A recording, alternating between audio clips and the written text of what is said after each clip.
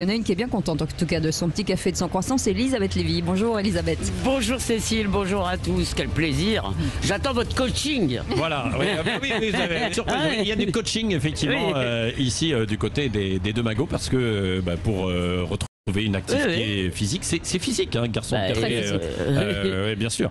Alors Elisabeth, vous voulez nous parler des masques et peut-être de la fin des masques justement à l'extérieur. Oui, alors on n'en est pas encore là, hein. On y arrivera bientôt, c'est Olivier Véran qui le dit, hein. Il vient de découvrir qu'en forêt ou sur une plage, ça n'était pas vraiment utile. Alors bon, je suppose qu'ils vont lever l'interdit pour les vacances. Il y a déjà eu des ratés, m'a appris Micha, puisqu'en Seine-et-Marne, ils avaient levé l'interdit et puis ils l'ont remis. Bon, ce qui m'enrage en fait, c'est qu'on nous imposait ce masque dehors pour rien, hein.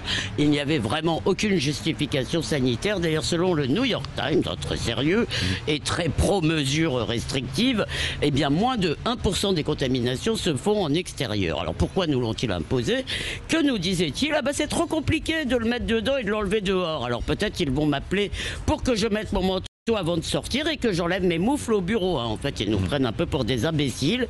Et la deuxième raison, c'est qu'il ne faut pas oublier l'épidémie, hein, cette obsession de la vie biologique et de la santé qui est prévue, surtout, y compris la liberté et la civilité. Eh bien, on ne doit pas penser à autre chose. En fait, c'est un peu un principe de précaution devenu fou, bon, qui est nourri, il est vrai, par les menaces de procès, parce que bien sûr, il n'y a pas de preuve de contamination à l'extérieur, mais ça ne prouve pas qu'il n'y en a pas, parce que logiquement, il est quand même très difficile de prouver que quelque chose n'existe pas. Oui, globalement, la plupart des gens l'ont accepté. Ah bien oui, la responsabilité, disons, de cette situation, elle est partagée entre les gouvernants et les gouvernés qui voulaient des règles, des restrictions, des interdits. Les grenouilles demandent des lois, disait Philippe Muret. Et oui, on a accepté très facilement de porter notre peur en bandoulière. D'abord, à force de dire il n'y a pas de masque, il n'y a pas de masque. Et là, je le prends évidemment aussi pour moi.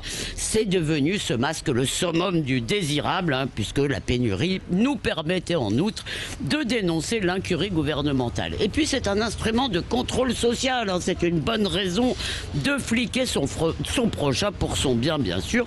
Et puis, pour beaucoup de gens, finalement, le rapport bénéfice-risque est excellent, et ils évitent les miasmes de leur prochain et ils se fichent de ne pas voir son visage et ils sont ravis de ne pas montrer le leur. Il y avait un article dans l'Express là-dessus. Un certain Pierre disait avant on avait un mode de vie très sale, hein, avant le Covid, et une libraire américaine disait je préfère que les gens ne voient pas mon visage. Eh bien c'est une drôle d'allégorie d'une vivre ensemble, l'autre est une menace. Certes, le masque peut protéger de certaines maladies, mais ne jamais sortir de chez soi aussi, ça protège des maladies, hein. Alors oui, plutôt, pour ma part, je préfère risquer une angine que de vivre dans la peur de mes contemporains, parce que le risque zéro, eh bien, c'est une figure de la mort, et vivre libre, oui, chers amis, c'est vivre à visage découvert. Notamment à l'extérieur. Là, on insistait beaucoup à l'extérieur.